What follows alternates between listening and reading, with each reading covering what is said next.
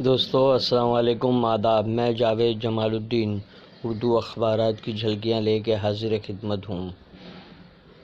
آپ سے گزارش ہے چینل کو سبسکرائب کیجیے، لائک کیجیے، شیئر کیجیے اور کامنٹ کرنا بھی نہ بھولیں۔ آج سبھی اردو اخبارات نے سہراب الدین فرجی انکاؤنٹر کے تمام ملزمین کے بری ہونے کی خبر کو ہیڈ لائن بنایا ہے۔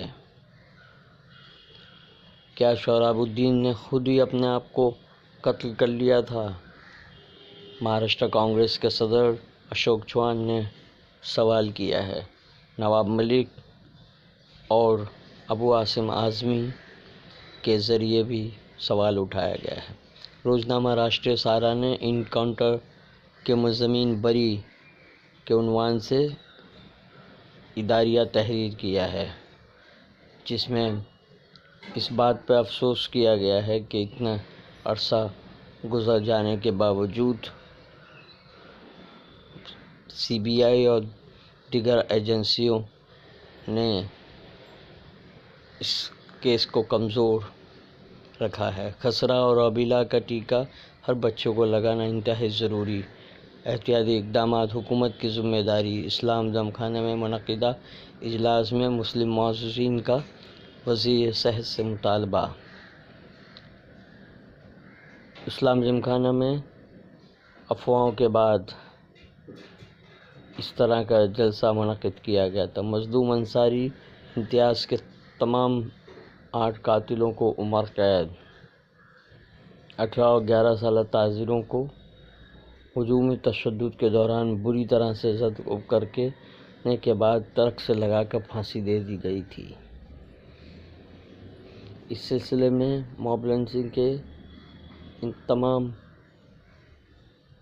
ملزمین کو سزا کے کا جمعیت العلماء کے رہنما محمود مدنی نے خیر مقدم کیا ہے۔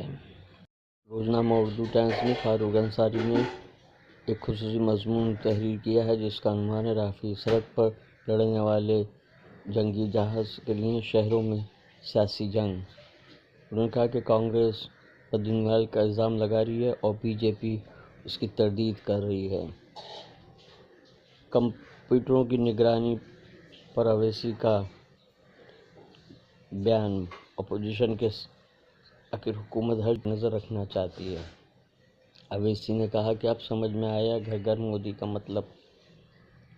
واضح ہے کہ حکومت نے اعلان کیا ہے کہ سبھی کمپیوٹر حکومت کی نگرانی میں 10 ایجنسیاں رکھیں گی نظر۔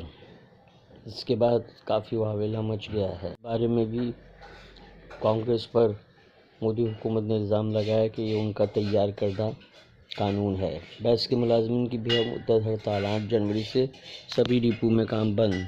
مطالبات ہونے تک احتجاج جاری رکھنے کا فیصلہ۔ باندرہ ٹرمینس سے اجمیر کے لیے خصوصی ٹرینیں چلائی جائیں گی۔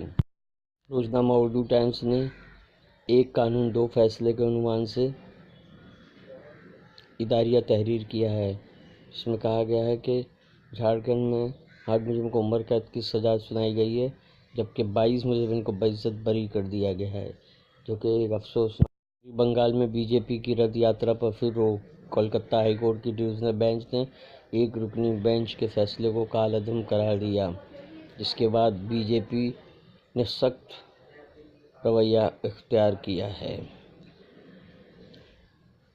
حجاب ہٹانے سے انکار کرنے پر سفینہ خان کو یو جی سی نیٹ کے امتحان میں بیٹھنے سے روکا گیا۔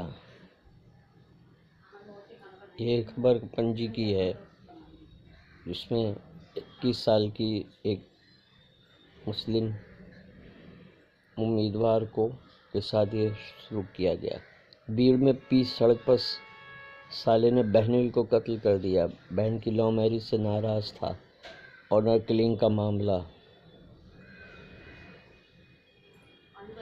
ہارلڈ ہاؤس خالی کرنے کا حکم۔ دہلی ہائی کورٹ کے فیصلے سے کانگریس کو زبردست جھٹکا۔ جمعرات کو اس وقت سخت دھچکا لگا جب دہلی ہائی کورٹ نے مقامی ہارلڈ ہاؤس کو 2 ہفتے کے اندر خالی کرنے کا حکم دیا ہے۔ پونے، ناسک، اکولا، بلڈانا، اورنگ آباد، ناگپور بھی ٹھنڈ کی لپیٹ میں۔ ٹھنڈ سے ٹھٹر رہا ہے مہاراشٹر، بمبئی میں کچھ راحت۔ جرائم پیشہ افراد بی جے پی کی حکومت میں بے خوف، مایاوتی کا الزام۔ جلیانوالہ باغ، اکالی دل نے برطانیہ سے معافی مانگنے کا مطالبہ کیا۔ شیوسینا بی جے پی کے مابین انتخابی مفاہمت کے لیے کوشش تیز۔ کابینی وزیر سدھیر منگتوار کو نشستوں کی تقسیم اور احتیاط پر بات چیت کرنے کے لیے بی جے پی نے اپنا نمائندہ بنایا ہے۔ روزنامہ انقلاب کی خبر کے مطابق انفرادی آزادی ختم، ہر کمپیوٹر کی نگرانی، چوطرفہ تنقید۔ دوستو، یہ تھی آج کے اردو اخبارات کی جھلکیاں۔ کل پھر ملاقات ہوگی نئے ایپیسوڈ کے ساتھ انشاءاللہ۔ اللہ حافظ۔